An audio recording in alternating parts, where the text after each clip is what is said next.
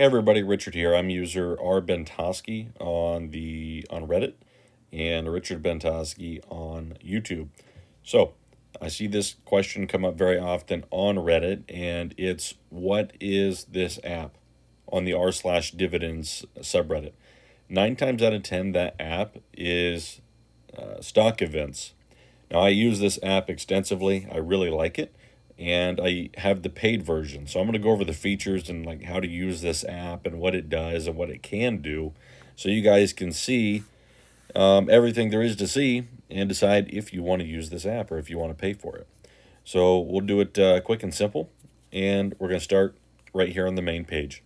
So this is going to be your dashboard. It's got your holdings and your dividends at a glance. Upcoming events, these are for your holdings and your watch list. Collections, these are pre-made collections from stock events. For example, 100 most popular, it will have the 100 most popular stocks. We'll go back out, and this will be past events. As you can see, you can just keep scrolling to your heart's content. Next, we'll go to the Holdings tab. This is where you'll probably be most of the time, watching as it updates. Now, it seems to update maybe every minute or so. It's not real time, which is okay, but you've got your standard timeline down here. You can change your settings, what you want to be displayed here. I will note that the only thing that I do in here is all or with shares. I have with shares. That way I don't have a really long list down here. You'll see a big, dip right here. The reason being, if you sell something, if you don't want there to be a big dip, you need to add that to cash. If we go right here, this is going to be your ledger where it shows you all the money in and out. This, it doesn't necessarily specify what you have added or what is a dividend, so you'll just have to keep that in mind. You can manually add transactions through add or deduct. If we go back out and we expand your chart, you'll see a larger chart here, and you can compare your returns to indexes, so you can see how good you're doing. It looks like right now I'm not doing too bad. If you don't want these 3 indexes, you can change those, or you can add a stock to compare it to. Go back out. Down here, you've got all your different stocks and a closed section. So I buy and sell to take profits sometimes, and any closed positions will end up down here. If I were to add a share to one of these closed positions, it will no longer be in the closed position, and it'll be back up here to an open position. When you click on a stock, it's going to show you basically the same page as the dashboard except for the specific stock, and you can add transactions. So right here, you get 2 different ways you can do that, with a simple transaction or a manual transaction, which is what I use. Before we do that, go up in the top right, you can go to your settings, and you can decide whether you want to automatically have it drip the shares or add the dividends to cash, and then you can add in a tax percentage if you want as well. I add it to cash, which if we go back here real quick to our cash on the holdings page, you'll see this 1264 right here. That is from O, and this one's from a different stock. If you click on it, it won't necessarily say that, but that's what it's from.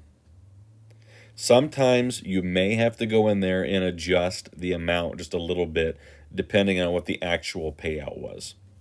But let's go back to O and to our shares, and let's add a transaction. It's very simple. Go to add, and you're either going to be buying, selling, or you're going to be adding a dividend.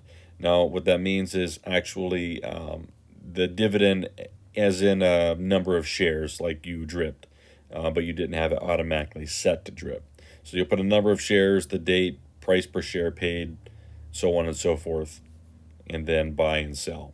What I highly recommend, use the cash ledger, deduct or add to cash, or else if you don't do that, your chart out here in the main menu is going to be all kinds of wonky. You're going to have these big dips and gaps all over the place. So highly recommend using the add to cash feature. But that's how you add a transaction.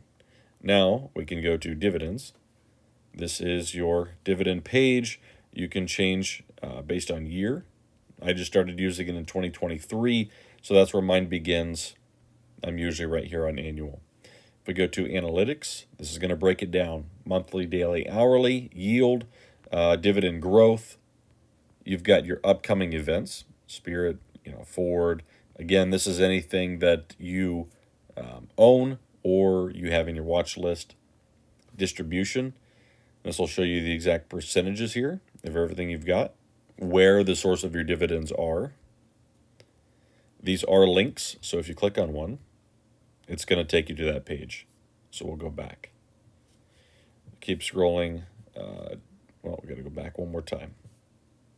Go down. We've got our goals. You can set your goals here and here.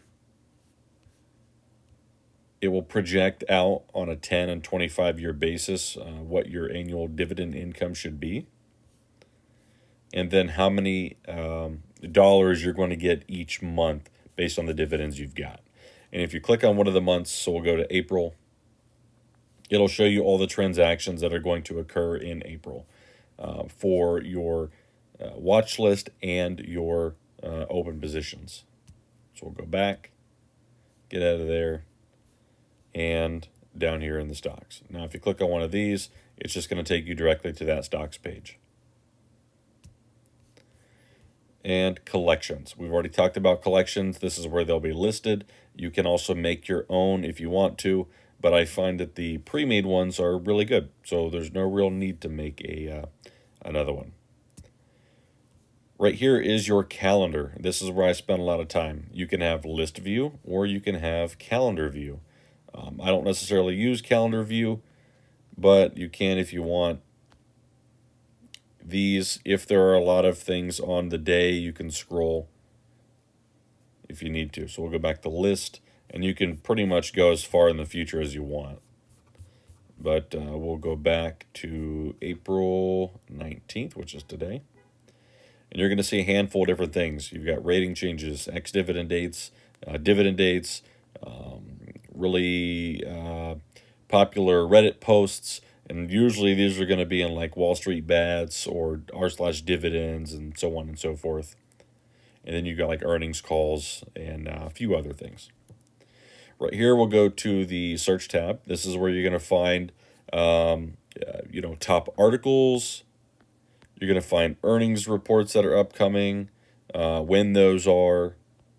And then you've got a more comprehensive selection of news articles. And if they're Reddit posts, you'll also see down here the number of upvotes and comments and all that stuff. It's kind of interesting to stick around in here sometimes.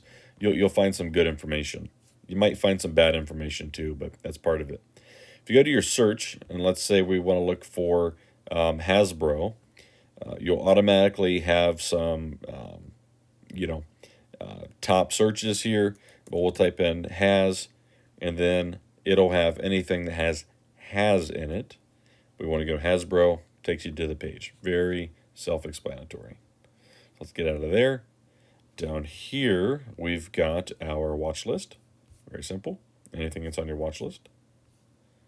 And over here, you've got your profile.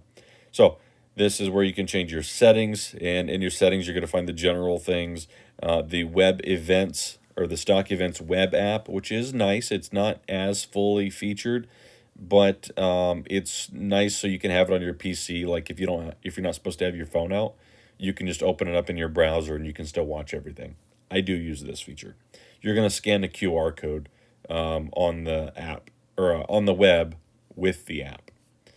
In events, you can turn these on or off. If these are on, you're going to see them in your calendar. If they're off, you won't. And there's a couple other things down here, other general settings. Scrolling down, you've got your watch list. and you've got your activity. So these are things that you have done. As you can see, on Monday, April 8th, I bought some stocks. And it'll tell you, how many. Actually, it does not tell you how many right here. It just tells you that you bought. So we'll go. Really, you can just keep going down if you want, but that's all that's on this page. Then we'll go back to home, for you, back to the dashboard. So that's it. It's worth noting that whatever you have set in your holdings page, that is what you're going to see on the dashboard. But I keep it on the 1 day pretty much exclusively. So those are all the features of the app. It's good. I like it. I use it every day. And there is a free version, but honestly, I feel that for myself, the paid version is worth it. It's very easy to navigate. It's helpful. It seems that the developers are active with the app. It doesn't really have any bugs that I'm aware of. I don't get too crazy with trying to do anything, but to my knowledge, there's no bugs. So, you should do pretty well with that. And hopefully this answers the question, what is that app, and shows you exactly how to use it as well. So again, this is Richard. I'm on YouTube under CRG Games and Richard Bentosky, and also R. Bentosky on Reddit. So I'll catch you guys around. Later.